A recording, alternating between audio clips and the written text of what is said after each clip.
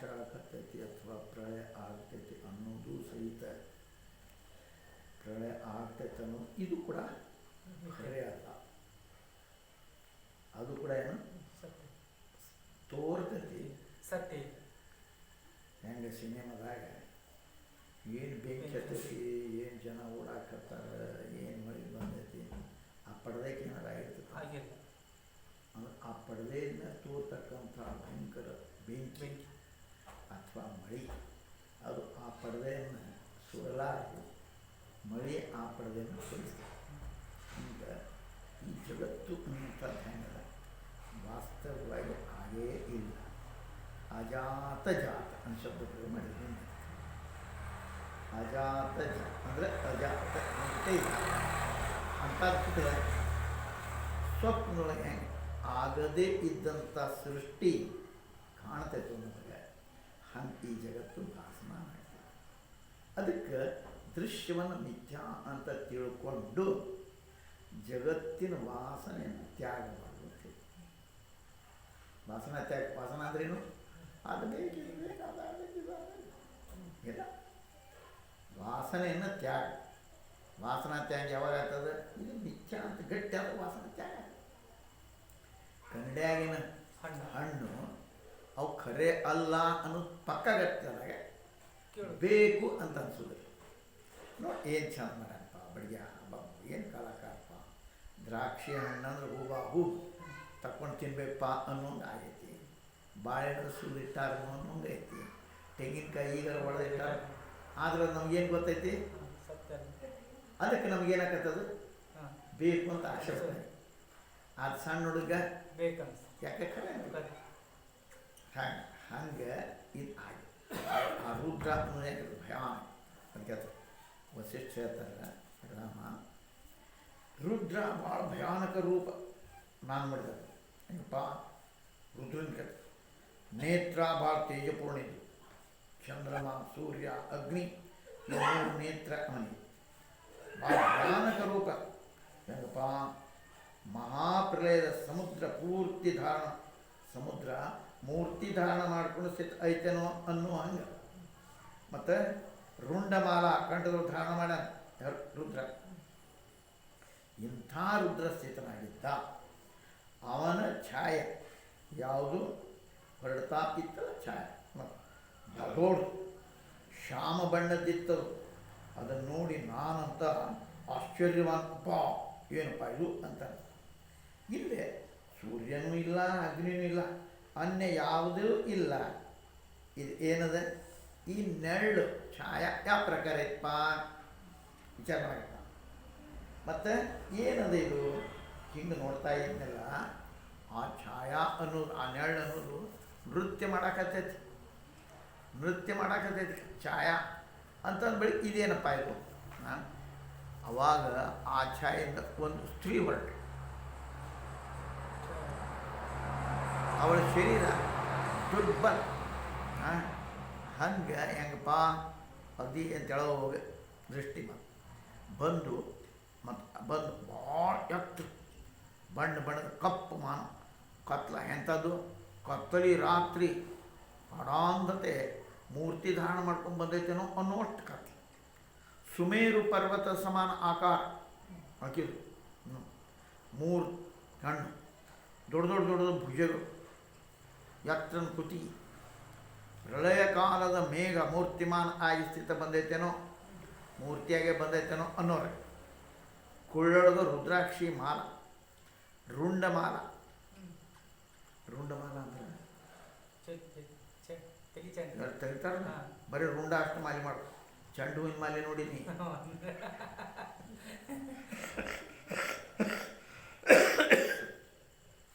ಅಂಥ ವಿಕರಾಳ ಸ್ವರೂಪ ಸ್ವಭಾವ ಇತ್ತು. ಅದನ್ನು ನೋಡಿದೆ.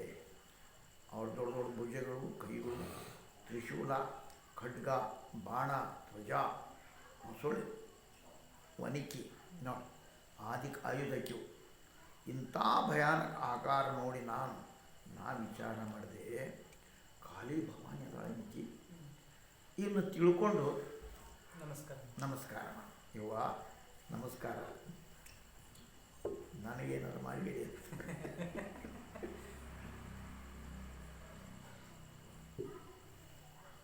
ನಮಸ್ಕಾರ ಮಾಡ್ತಾರೆ, ನನಗೇನಾರು ಮಾಡಿ ಉಳಿದವ್ರಿಗೆ ಏನಾರು ಅದು ನನಗೇನು ಮಾಡಬೇಡವ ನಮಸ್ಕಾರ ಮಾಡು, ನಮಸ್ಕಾರ ಮಾಡು ಹಿಂಗೆ. ಅದಕ್ಕೆ ನಮಸ್ಕಾರ ಅಂಥದ್ದು ನಮಸ್ಕಾರ ಮಾಡಿದೆ ಅವಳು ದೊಡ್ಡ ಶಾಮ್ ಆಕಾರ ನೋಡಿ ಹೆಂಗೆ ಬೆಂಕಿಯಿಂದ ಸುಟ್ಟಂಥ ಪರ್ವತ ಶಿಖರ ಶಾಮ್ ಇರ್ತೈತೆ ಹಂಗೆ ಆ ಆಕಾರ. ಮಸ್ತಕಗಳು ಮೂರನೇ ನೇತ್ರ ಬಡವಾಗ್ನಿಯಂತೆ ತೇಜವಾನ್ ಹೊರಟಿತ್ತು. ಒಮ್ಮೆ 2 ಭುಜ ದೃಷ್ಟಿ ಬರ್ತಿತ್ತು, ಒಮ್ಮೆ ಸಹಸ್ರ ಭುಜಗಳು ಒಮ್ಮೆ ಕಾಣೋದು ಮತ್ತೊಮ್ಮೆ ಕಾಣೋದು, ಅನಂತ ಭುಜಗಳು ಒಮ್ಮೊಮ್ಮೆ ಹಂಗೆ ಬರ್ತಿತ್ತು. ಒಂದು ಭುಜ ದೃಷ್ಟಿ ಬರ್ತಿತ್ತು, 2 ಭುಜಗಳು, ಎಷ್ಟೋ ಸಲ ಭುಜ ದೃಷ್ಟಿ ಬರೋದನೇ ಇಲ್ಲ ನೋಡಿ. ಯಾವಾಗ ಶಿರದ ಪಾದ ಕಾಣಂಗನೇ ಇಲ್ಲ, ಒಂದೇ ರೂಪ ಬಾಳೋಡು ಕಾಣಿಸ್ತಿತ್ತು. ಈ ಪ್ರಕಾರ ನೃತ್ಯ ಮಾಡಿ ಹೆಂಗೆ ನೃತ್ಯ ಮಾಡ್ತಾರೆ ಹಂಗಂಗೆ ಶರೀರ ಸ್ಥೂಲವಾದ ದೃಷ್ಟಿ ಬರ್ತಿತ್ತು. ಆಕಾಶವು ಆಚ್ಛಾದಿತ ಮಾಡ್ಕೊಂಡ್ಬಿಟ್ಟಿತ್ತನೋ ಅನ್ನೋ 10 ದಿಶೆಗಳನ್ನು ಆಕಾರ ಜೊತೆಗೆ ಪೂರ್ಣ ಎಲ್ಲ ಕಡೆ ಅದ ರೂಪ. ನಖಶಿಖಾ ಅಂತ ಎದ್ಕಂತಾರೆ, ನಖ ಅಂದರೆ ಊರು, ಶಿಖಾ ನಖಶಿಖಾ ಅಂತ ಕಾಲಿನ ಉಗುರನ್ನ ಹಿಡ್ಕೊಂಡು ಇಲ್ಲಿ ತನಕ ನಖಶಿಖಾ ಅಂತ ಅಂತಾರೆ. ನಖದಿಂದ ಪ್ರಾರಂಭ ಮಾಡಿ ಶಿಖಾಂತ ಅಂತ ಅದು ಕೊನೆ ತನಕ ತೊಳಗಿನ ಕೂಲ್ ಇಲ್ಲಿ ತನಕ ಅಂತ ನಖಶಿಖಾ ಅಂತ ಅಂತಾರೆ. ನೆನ್ಪಿಟ್ಟುಕೋ, ಅದ್ರ ಮರ್ಯಾದೆ ಒಮ್ಮೆ ಕಾಣೋದನೇ ಇಲ್ಲ. ಹಿಂಗೆ ಆಕಾರ ಬೆಳೆಸ್ತಲ್ಲ. ಯಾವಾಗ ಭುಜಮನ್ ಅಗಳಾಡ್ತಿತ್ತು ಆವಾಗ ಹಿಂಗೆ ತಿಳ್ಕೊ ಆಕಾಶವನ್ನು ಅಳಿತೈತನೋ ಅನ್ನೋರಂಗೆ ನೋಡಿ. ಪಾತಾಳ ಪರ್ಯಂತ ಚರಣ, ಆಕಾಶ ಅದರ ತಲಿ, ಉದರ ಅದರ ಪೃಥ್ವಿ, ಸುಮೇರು ಆದಿಕ ಪರ್ವತ ಅದರ ನಾಭಿಸ್ಥಾನ, 10 ದಿಶೆಗಳು ಅದರ ಭುಜಗಳು. ಹೆಂಗಪ್ಪ ಪ್ರಳಯಕಾದ ಮೂರ್ತಿ ಧಾರಣ ಮಾಡ್ಕೊಂಡು ಬಂದೈತೇನೋ ಅನ್ನೋರು. ಮತ್ತು ದೊಡ್ಡ ಪರ್ವತದ ಕಂದರಾವತ್ ಅದರ ನಾಶಿಕ ಹೆಂಗಿದ್ದಿತ್ತು ಮೂಕ ಲೋಕ ಪರ್ವತ ಅದರ ದಾಡಿ ಗದ್ದ, ಕಂಠದೊಳಗೆ ನದಿಗಳು ಮಾಲ. ಆಮೇಲೆ ಯಾವುದು ಸುಡ್ತಾ ಇತ್ತೋ ಕಂಠದೊಳಗೆ ವರುಣ ಕುಬೇರಾಧಿಕ ದೇವತೆಗಳು ತಲೆಯ ಮಾಲ ಅವೆಲ್ಲ. ಪವನ ನಾಶಕ ಮಾರ್ಗದಿಂದ ಹೊಡೆತಿತ್ತು ಗಾಳಿ. ಅದರಿಂದ ಸುಮೇರು ಆದಿ ಪರ್ವತ ತೃಣದಂತ ಹಾರಿ ಹೋಗ್ತಿದ್ವು. ಹೆಂಗೆ ಯಾಕೆ ಉಸಿರು ಬಿಟ್ಟರೆ ಪರ್ವತಗಳು ಹಾರಿ ಹೋಗ್ತಿದ್ವು ಅಂತ ಹೆಂಗೆ ಬಿಡ್ತಿದ್ದಾಳೆ ನೋಡಿ. ನೋಡಿ ಬ್ರಹ್ಮಾಂಡದ ಮಾಲ ಕೊಳ್ಳೊಳಗೆ, ಕೈಯೊಳಗೆ ಬ್ರಹ್ಮಾಂಡ ರೂಪ ಭೂಷಣ ಆಭರಣ, ಕೀಟವು ಬ್ರಹ್ಮಾಂಡದ ಸುಮೇರು ನೋಡಿ ಅದರ ಥರ ಎಲ್ಲ ಕಟಿ ನಡೆದೊಳಗೆ ಆ ಪಟ್ಟಿ ಬ್ರಹ್ಮಾಂಡ ಕೂದಲು ಅದು. ಯಾವಾಗ ನೃತ್ಯ ಅವಾಗ ಬ್ರಹ್ಮಾಂಡನ ನೃತ್ಯ ಮಾಡ್ತೈತೇನೋ ನಾನು. ಹೆಂಗೆ ಗಾಳಿ ಪತ್ರ ನೃತ್ಯ ಮಾಡ್ತವೆ, ಗಾಳಿಯಿಂದ ಆ ಎಲೆಗಳು ಅಗಳೆಗಳು ಹೆಂಗೆ ಬೇಕು ಹಂಗೆ ನೋಡ್ತಾವೆ. ರೌದಿ ಅದು ಹಾರ್ತಿರ್ತೈತಲ್ಲ ಹಂಗೆ ನೃತ್ಯ ಹಂಗೆ ಸುಮೇರು ಆದಿ ನೃತ್ಯ ಮಾಡ್ತಿದ್ವು ಅಂತ ಉಸಿರು ಬಿಟ್ಟು. ಒಂದೊಂದು ರೂಪಗಳು ಬ್ರಹ್ಮಾಂಡ ಹಂಗೆ ತಾರಾಗಣ ವಾಯು ಆದಿ. ಹಂಗೆ ಕಿವಿಯೊಳಗೆ ಧರ್ಮ ಅಧರ್ಮ ರೂಪ ಮುದ್ರೆಗಳು, ದೊಡ್ಡ ಕಿವಿ, ದೊಡ್ಡ ಮುಖ, ಸಂಪೂರ್ಣ ಬ್ರಹ್ಮಾಂಡವನ್ನು ಭಕ್ಷಣೆ ಮಾಡಿಬಿಡ್ತೈತನೋ ಅನ್ನೋಂಥದ್ದು. ಧರ್ಮಾರ್ಥ ಕಾಮ ಮೋಕ್ಷ 4 ಸ್ಥಾನ ಅದೇ ಸ್ಥಾನಗಳು, 4 ವೇದಗಳು, ಶಾಸ್ತ್ರಾರ್ಥರು ಹಾಲು ಹೊಡೆತಿತ್ತಂತ. ಮತ್ತು ಬೇರೆ ಎಲ್ಲ ಜಗತ್ತಿನ ಮರ್ಯಾದ ನನಗೆ ಅದರೊಳಗನ ಕಾಣ್ತಾ ಇತ್ತು. ಜಗತ್ತಿನ ಎಲ್ಲ ಭಾಗ ಅಲ್ಲೇ. ಹಂಗೆ ಮಾಡ್ತಿದ್ದೇನ ಇಲ್ವಾ ಅಂತ ಬೈತಿ ಬಡಿತೀನಿ ನೋಡ ಆ ಮಾಡಿ ಬ್ರಹ್ಮಾಂಡ ಕಾಣ್ತಾರೆ. ಹಂಗೆ ಅಷ್ಟರೊಳಗೆ ಎಲ್ಲನೂ ಕಾಣ್ತು ನನಗೆ. ಹಂಸಗಳು ನೃತ್ಯ ಮಾಡ್ತವೆ, ಯಾವ ಬ್ರಹ್ಮಾಂಡ ನೃತ್ಯ ಮಾಡ್ತವೆ. ಅಸ್ತಾಚಲ ಆದಿಕ ಪರ್ವತಗಳು ಅದರ ಅತಿ ಸಣ್ಣ ಹಾಳೆ ರೌದೆ ನೃತ್ಯ ಎಲ್ಲವೂ ವಿಪರ್ಯ ಆಟ. ಏನಪ್ಪ ಇದು ವಿಪರೀತ? ಗುಡ್ಡ ಪರ್ವತಗಳಿಂದ ಕುಣಿತಾವನು ಅದು ಕಾಣಕತ್ತ ನನಗೆ. ಅದರ ಶರೀರ ಆಕಾಶ ಕೆಳಗೆ ದೃಷ್ಟಿ ಬರ್ತಾ ಇತ್ತು, ಪೃಥ್ವಿ ಪೂರ್ವ ದೃಷ್ಟಿ ಹೋಗ್ತಾ ಇತ್ತು. ತಾರಾಮಂಡಲ ಸಿದ್ಧ ದೇವತಾ ವಿದ್ಯಾಧರ ಗಂಧರ್ವರು ಕಿನ್ನರು ದೈತ್ಯ ಸ್ಥಾವರ ಜಂಗಮ ಎಲ್ಲ ಅದರೊಳಗನ ಕಾಣ್ತಾ ಇತ್ತು. ಹೆಂಗಪ್ಪ ಸಂಪೂರ್ಣ ಬ್ರಹ್ಮಾಂಡದ ಆದರ್ಶ ಅಲ್ಲೇ ಇದೆಯಲ್ಲ. ಭುಜದ ಆ ಭುಜ ಎತ್ತುವುದರಿಂದ ಚಂದ್ರಮನಂತೆ ನಖದ ಪ್ರಕಾಶ ಉಗುರಿನ ಪ್ರಕಾಶ ಮಂದರಾಚಲ ಉದಯಾಚಲ ಪರ್ವತ ಕಿವಿಯೊಳು ಭೂಷಣ ದೃಷ್ಟಿಗಳು ಪರ್ವತವನ್ನು ಕಿವಿ ಹಾಕ್ಕೊಂಡಿದ್ದು ಹಿಮಾಲಯ ಬರ್ಪ ಒಂದು ಕಣ ಸಮಾನ ದೃಷ್ಟಿ ಹಿಮಾಲಯ ಹೆಂಗೆ ಕಾಣಿಸ್ತು ಒಂದು ಕಣ ಕಾಣಿಸ್ತು ರಾಮ ಈ ಪ್ರಕಾರ ದೇವಿಯ ಶರೀರ ನನಗೆ ಅನಂತ ದೃಷ್ಟಿ ಕಂಡಪ್ಪ ಕೆಲವು ಕಡೆ ಎಲ್ಲ ಕೆಲವು ಕಡೆ ಭಿನ್ನ ಎಲ್ಲ ಕುಡಿಯೋವನು ಅಂತ ಒಂದು ಕಡೆ ಭಿನ್ನ ಭಿನ್ನ ಒಂದೇ ಚೇಷ್ಟ ಮಾಡ್ತದೆ ಭಿನ್ನ ಭಿನ್ನ ಚೇಷ್ಟ ಹೆಂಗಪ್ಪ ಬ್ರಹ್ಮಾಂಡ ರೂಪ ರತ್ನದ ಡಬ್ಬಿನ ಐತೆ ನಮ್ಮ ರಾಮ ಯಾವಾಗ ಸಂಕಲ್ಪ ಸಹಿತ ನೋಡ್ತೇನೋ ಆವಾಗ ನಮಗೆ ಸೃಷ್ಟಿ ದೃಷ್ಟಿಯೊಳಗೆ ಬರ್ತದೆ ಯಾವಾಗ ಸಂಕಲ್ಪ ಸಹಿತ ಮತ್ತು ಯಾವಾಗ ಆತ್ಮನ ಕಡೆಗೆ ನೋಡ್ತೇನೋ ಆತ್ಮ ಅವಾಗ ಕೇವಲ ಆತ್ಮರೂಪ ಇತ್ತ ನೋಡಿದರೆ ಎಲ್ಲ ಐತಿ ಒಳಗೆ ನೋಡಿದರೆ ಅದೇ ಒಂದೇ ಹಾಂ ಬೇರೆ ಏನು ಕಾಣು ಯಾವಾಗ ಆತ್ಮ ಮತ್ತು ಸಂಕಲ್ಪ ದೃಢ ಮಾಡಿದಿ ಸಂಪೂರ್ಣ ಜಗತ್ತು ನೃತ್ಯ ಮಾಡಿ ಆ ಸಂಕಲ್ಪ ಹಂಗಾಗಬೇಕು ಗಟ್ಟೆ ದೃಷ್ಟಿ ಬಂತು ಜಗತ್ತಿನ ಉತ್ಪತ್ತಿ ಸ್ಥಿತಿ ಪ್ರಳಯ ಎಲ್ಲ ಅದರೊಳಗನೆ ಕಾಣುತ್ತೆ ಯಾವಾಗ ಸಂಕಲ್ಪ ಒಳಗೆ ಏನೇನು ಕ್ರಿಯಾ ಮತ್ತು ಅದರಿಂದ ಆಗ್ತದೆ ದೃಷ್ಟಿ ಅಂತ ಕಣ್ಣಿಗೆ ಕಾಣ ಯಾವಾಗ ಸಂಕಲ್ಪ ಸಿದ್ಧ ದೇವತಾ ಗಂಧರ್ವ ಅಪ್ಸರ ವಿಮಾನ ಆರೂಢ ತಿರುಗಾಡ್ತಾರೆ ನಕ್ಷತ್ರ ಚಕ್ರ ತಿರುಗಾಡ್ತಾವೆ ದೃಷ್ಟಿ ಹೆಂಗಪ್ಪ ಬ್ರಹ್ಮಾಂಡ ಪುನಃ ಉದಯ ಆಗೈತೆ ಯಾವಾಗ ಆತ್ಮದೃಷ್ಟಿಯಿಂದ ನೋಡ್ತಿದ್ನೋ ಆವಾಗ ಬ್ರಹ್ಮಸ್ವರೂಪ ಕಾಣಿಸ್ತಾ ಇತ್ತು ಯಾವಾಗ ಸಂಕಲ್ಪ ದೃಷ್ಟಿ ಜಗತ್ ಪ್ರತೀತ ಆವಾಗ ಚಿತ್ತಕಲಾ ಸಂಕಲ್ಪ ರೂಪ ಆಗ್ತಿತ್ತು ಅದರೊಳಗೆ ಎಲ್ಲ ಕಾಣಿಸ್ತಿತ್ತು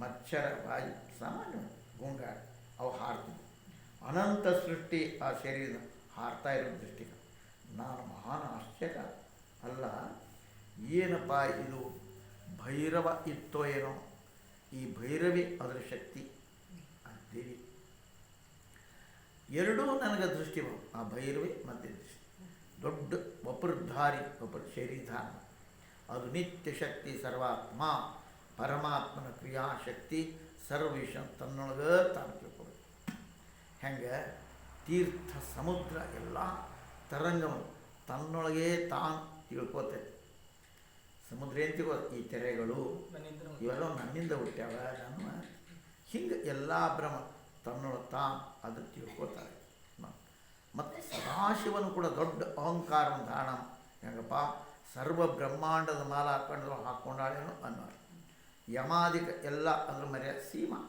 ಮರ್ಯಾದ ಅಂದರೆ ಮರ್ಯಾದೆ ಐತಿಲ್ಲ ನಿನಗೆ ಅಲ್ಲ ಮರ್ಯಾದೆ ಸೀಮಾ ದೇವ್ರ ಬಳಿ ಮರ್ಯಾದೆ ಎಲ್ಲಿ ತಂಗಪ್ಪ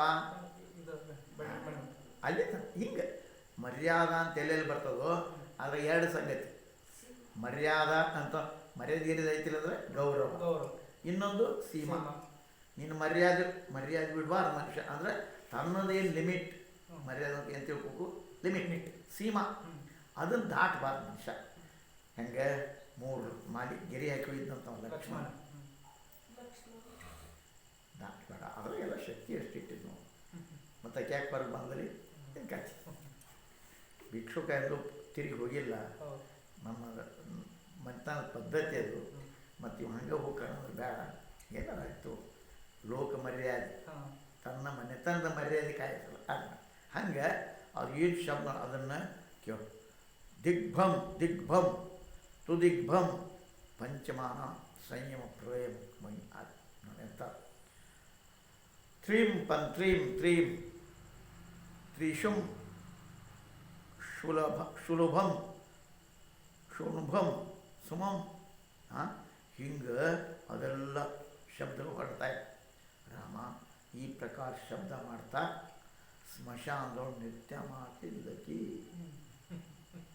ಭೈರವಿ ನೋಡಿ ರಾಮ ಇಂಥ ದೇವಿ ನಿನ್ನ ಸಹಾಯತ ಮಾಡಲಿ ನೋಡಿ ಸರ್ವಶಕ್ತಿ ಪರಮಾತ್ಮನ ಎಲ್ಲ ಬ್ರಹ್ಮಾಂಡ ಅವನ ಕ್ಷಮಣದೊಳಗೂ ಅಂಗುಷ್ಟ ಪ್ರಮಾಣ ಒಂದು ಅಂಗುಷ್ಟದಷ್ಟು ಐತೆ ನಮಗಿದೆಲ್ಲ ಕ್ಷಣದೊಳಗೆ ದೀರ್ಘ ಆಕಾರ ಧಾರಣ ಮಾಡ್ತದೆ ಎಲ್ಲ ಜಗತ್ತಿನೊಳಗೆ ಏನು ಕ್ರಿಯೆ ಆಗ್ತದೋ ಅದು ಅವನ ಆಶ್ರಯದ ಪರಮಾತ್ಮ ಎಲ್ಲಿ ಉತ್ಪತ್ತಿ ಆಗ್ತದೆ ಕೆಲವು ಕಡೆ ಶುದ್ಧ ಆಗ್ತದೆ.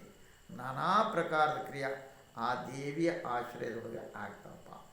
ಅಂಥ ಆದರ್ಶದೊಳಗೆ ಪ್ರತಿಬಿಂಬ ಆಗ್ತದೆ. ಅಂಥ ದೇವಿಯಲ್ಲೇ ಆ ಕ್ರಿಯೆ ಆಗ್ತದೆ. ರಾಮ ಕೇಳ್ತಾನೆ, ಭಗವಂತ ಇದೇ ನೀವು ರುದ್ರ ಮತ್ತು ಕಾಲಿಕಾವರಣನ ಮಾಡಿದ್ರಿ, ಯಾರು ಮಹಾಪ್ರಯದೊಳಗೆ ಇರುವಂಥದ್ದು ಏನೂ ಇಲ್ಲ. ಆ ಕಾಲಿ ಯಾರು? ಅವಳ ಶರೀರ ನೀನು ದೃಷ್ಟಿ ನಿನಗೆ ಹೆಂಗೆ ನೋಡಿದ್ವಿ? ಮಹಾಪ್ರಲಯ ಆಗಿ ಅವ್ರ ಶರೀರ ಸೃಷ್ಟಿ ಅದು ಹೆಂಗೆ ಪ್ರವೇಶ ಮಾಡ್ತದೆ? ಮತ್ತು ಅದರ ಕೈಯೊಳಗೆ ಬಹು ಪ್ರಿಯಾದಿ ಅವು ಎಲ್ಲ ಶಸ್ತ್ರಗಳು ಅವು ಏನಿದೆ, ಎಲ್ಲಿಂದ ಬಂದವು, ಅದರ ಆಕಾರ ಏನು? ವಸಿಷ್ಠ ಹೇಳ್ತಾರೆ, ರಾಮ ನೋಡಪ್ಪ, ಯಾವ ರುದ್ರನೂ ಇಲ್ಲ, ಯಾವ ಕಾಲಿನೂ ಇಲ್ಲ, ಯಾವ ಪುರುಷನೂ ಇಲ್ಲ, ಸ್ತ್ರೀನೂ ಇಲ್ಲ, ನಪುಂಸಕನೂ ಇಲ್ಲ. ಅಲ್ಲಿ ಪುರುಷನ ಕೂಡಿ ಏನೂ ಆಗೈತೆ ಅನ್ನೋದಿಲ್ಲ, ಬ್ರಹ್ಮಾಂಡನೂ ಇಲ್ಲ, ಪಿಂಡ ಇಲ್ಲ, ಕೇವಲ ಚಿರಾಕಾಶದಪ್ಪ ಸಂಕಲ್ಪದಿಂದ ಉತ್ಪನ್ನ ಅಂತ ಆಕಾರ ಕಾಣಿಸ್ತಾವೆ. ತೆವು ಬಂತ ತೆವು ಬರ್ತದೆ ನಿನಗೆ. ಇದು ಸಂಕಲ್ಪ ಆಗಲ್ಲ. ಹೆಂಗೆ ಸ್ವಪ್ನ ಆಕಾರ ಕಾಣಿಸ್ತಾವೋ ಹಾಗೆ ಆಕಾರವು ಕಾಣಿಸ್ತದಪ್ಪ. ವಾಸ್ತವವಾಗಿ ಕೇವಲ ಚಿದಾಕಾಶ ಹ್ಯಾಂಗೆ ಹಾಗೆ ಐತೆ ರಾಮ.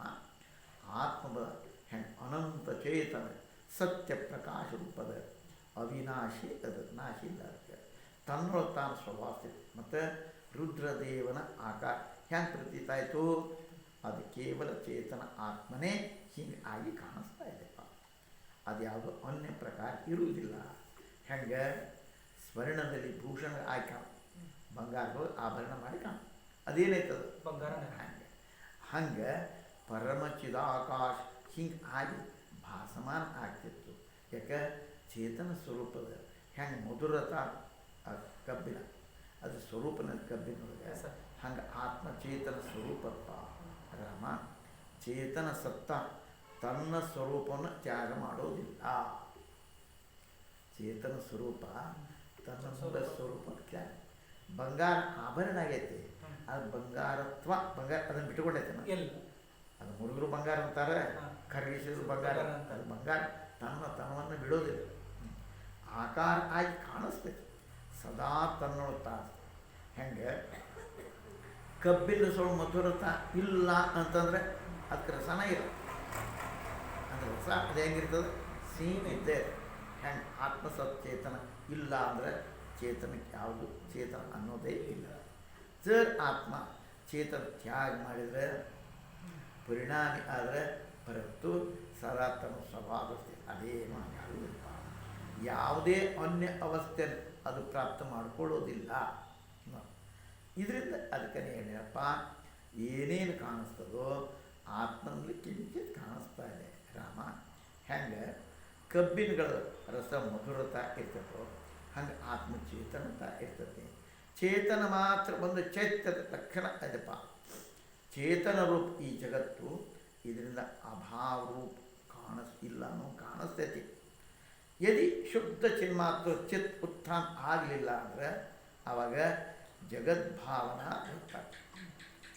ಆ ಚೇತನ ಇತ್ತ ನೋಡಿದಿ ಅವಾಗ ಜಗದ್ಭಾವನ ಗೊತ್ತಾಗತ್ತೆ. ಹೆಂಗೆ ಆತ್ಮಸತ್ತ ಎರಡೂ ಅವಸ್ಥೆ ಹೆಂಗೆ ನೀ ಅತ್ಲಾ ನೋಡಿದ್ರು ಆತ್ಮ ಐತೆ, ಇತ್ಲಾ ನೋಡಿದ ಕಂಡಂಗೆ ಆದರೂ ಅದೇನೈತಿ ಆತ್ಮನೇ. ಯತ್ರ ಮನೋಯ ತತ್ರ ಬ್ರಹ್ಮದರ್ಶನ. ಅದೇ ಅದನ್ನು ಮಾಡ್ಕೋಬೇಕಪ್ಪ. ಹೆಂಗೆ ವಾಯು ಸ್ಪಂದ ಆಗ್ತೈತಿ, ಗಾಳಿ ಬೀಸಾಕಂದ್ರು ಗಾಳಿನೇ, ಗಾಳಿ ಬೀಸಾಕತ್ತಿಲ್ಲ ಅಂದ್ರೂ ಗಾಳಿ. ಹಾಂ, ಸ್ಪರ್ಶ ರೂಪ ಅದ್ರ ಲಕ್ಷಣ ಕಾಣಿಸ್ತೈತಿ. ಯಾವ ನಿಸ್ಪಂದ ಆಗ್ತಾವ ಅದು ಸ್ಪರ್ಶ ಏನೂ ಪ್ರವೇಶ ಆಗುತ್ತೆ. ಈಗ ಶಾಂತ ಐತಪ್ಪ. ಗಾಳಿ ತಾನಾಗ ಬಿಸಿ ಆಗ್ತೈತೆ ನಿನಗೆ, ಬಿಸೋ ಏನು ಗಾಳಿ ಬಿಸೋ ತಂಡೆ ಬಿಸಿಟ್ರೆ ತಗೋ ಅಂತಿದ್ವಿ, ಹೌದಾ? ಶಾಂತ ಆದಾಗ ನಿನಗೆ ತಣ್ಣ ಹತ್ತಂಗಿಲ್ಲ. ಹಾಂ, ಅದು ಗಾಳಿ ಇರ್ತೈತಿಲ್ಲೋ, ಹಾಂ, ನೀನು ಹತ್ಬೇಕಾದ್ರೆ ಬೀಸ್ತದೆ. ಅದು ಬೀಸಿದ್ರು ಗಾಳಿನ ಗಾಳಿ ಹಂಗೆ ಅದು ಮಾಡಿ ವಾಯು ಎರಡೂ ಅವಸ್ಥೆ ಸಮಾನ ಇದೆ. ಹಿಂಗೆ ಶುದ್ಧ ಚೇತನ ಯಾವುದೇ ಶಬ್ದ ಪ್ರವೇಶ ಇಲ್ಲ. ಚೇತನತಮ ಭಾವದೊಳಗೆ ಆತ್ಮಸತ್ತ ಸದಾ ಸಮ ಅದಪ್ಪ. ಅದಕ್ಕೆ ವಸ್ತುತಃ ಈ ಜಗತ್ತು ಇಲ್ಲೇ ಇಲ್ಲಪ್ಪ ರಾಮ.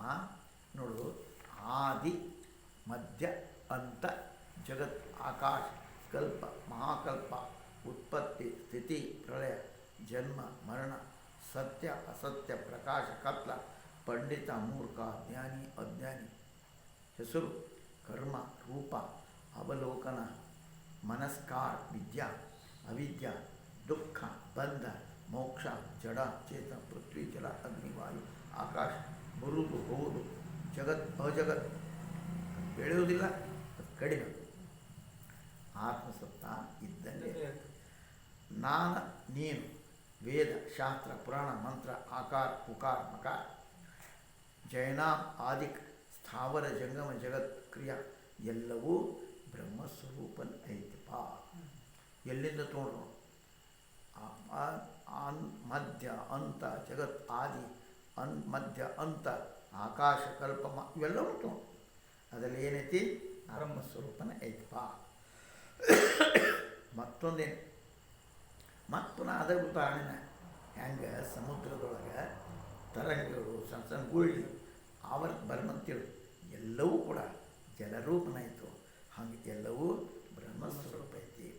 ಬ್ರಹ್ಮನಿಂದ ಇತರ ಏನು ಇಲ್ಲವೇ ಇಲ್ಲ. ಹೆಂಗೆ ಸ್ವಪ್ನ ಪರ್ವತ ಕಾಣಿಸ್ತಪ್ಪ, ಅದರ ಅನುಭವ ಯಾರಿಗೆಲ್ಲಾರು ಗೊತ್ತೈತಿ. ಪರ್ವತ ಕಾಣಿಸ್ತಪ್ಪ, ಎಲ್ಲೇ ಕನಸು ಅದ ಪರ್ವತ ಹತ್ಯಾನೇನೋ ಅನ್ನೋ ಕಾಣಿಸ್ತೈತಿ.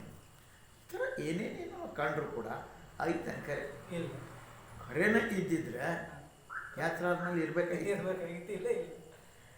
ಇಲ್ಲ ಅಂದದಕ್ಕೆ ಇಲ್ಲಂಗೆ ಇರೋದು ಇಲ್ದಂಗೆ ಆಗೋದಿಲ್ಲ. ನೋಡುವ, ನಿನಗೆ ವ್ಯಾವಹಾರಿಕವಾಗಿ ಹಗ್ಗ, ಪ್ರಾತಿಭಾಷಿಕವಾಗಿ ಹಾವು ಕಾಣ. ಹಾವು ಜರ್ ವ್ಯಾವಹಾರಿಕ ಸತ್ಯನ ಜರ್ ಆಗಿದ್ರೆ ಬ್ಯಾಟ್ರಿ ತೊಗೊಂಡ್ರೆ ಇರಬೇಕಾಗಿತ್ತು. ಐತೆನಲ್ಲೇ ಹಗ್ಗ ಐತಿ. ಹೌದನ? ಹಗ್ಗ ವ್ಯಾವಹಾರಿಕ ಸತ್ತ ಅಂತಾರ, ನೆನ್ಪಿಟ್ಬೋದು. ಪಾರಮಾರ್ಥಿಕ ಸತ್ತ ಅಲ್ಲ, ವ್ಯಾವಹಾರಿಕ ಸತ್ತ.